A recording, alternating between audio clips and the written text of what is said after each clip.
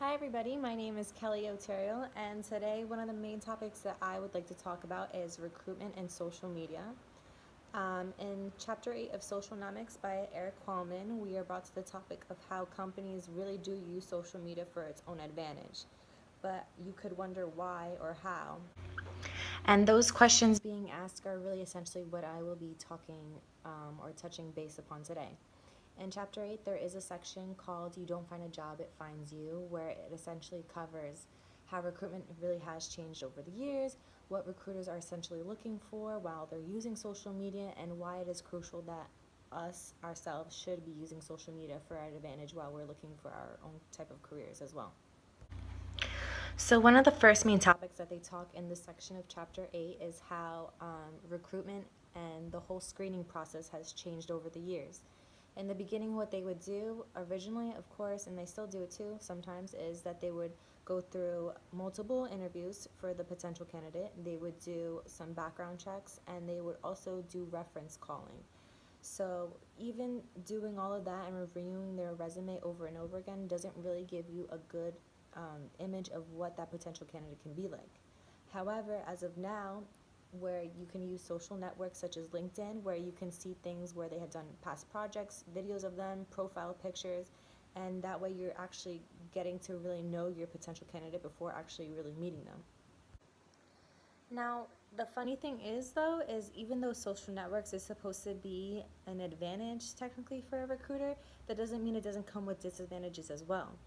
One of the things that people have been noticing, and what it mentions in the book as well, is that social networks could be overtaking a recruiter's position or their role of who they are, what they do for a company.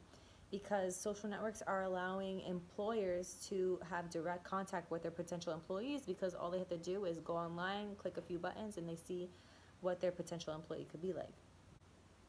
Now, the next topic that I really want to jump into is how recruiters use social media and what they really do look for when they're searching up a potential candidate for their organization.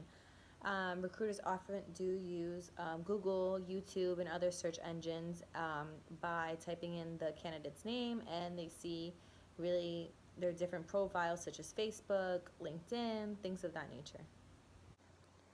Now, even though social media can be an advantage for the recruiter, this doesn't mean this is an advantage for you as well. So what recruiters do really look for is to see the type of person that you are while using these search engines. So just because you have a 4.0 on your resume or you have the essential skills that are needed to fill this job position, that doesn't mean that you're allowed to go on Facebook, post a profile picture of you at that party last weekend with a solo cup in your hand. It's just not appropriate because they're getting this image of you that you don't want to give off. Now, you may ask yourself, why should I even bother creating a LinkedIn or any type of social media page?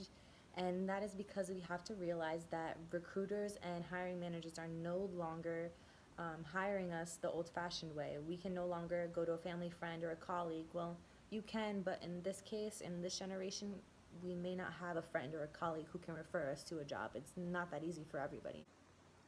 So really, one of the main things that I really want you to take away from this video is to understand how recruitment and social media are very linked with one another. I've even seen it hands-on personally from myself. Right now, I'm an HR intern at the Hilton Hotel in New York, and I've seen my managers and the directors use social media like crazy when they're trying to see potential candidates that are coming in and out of their interviews.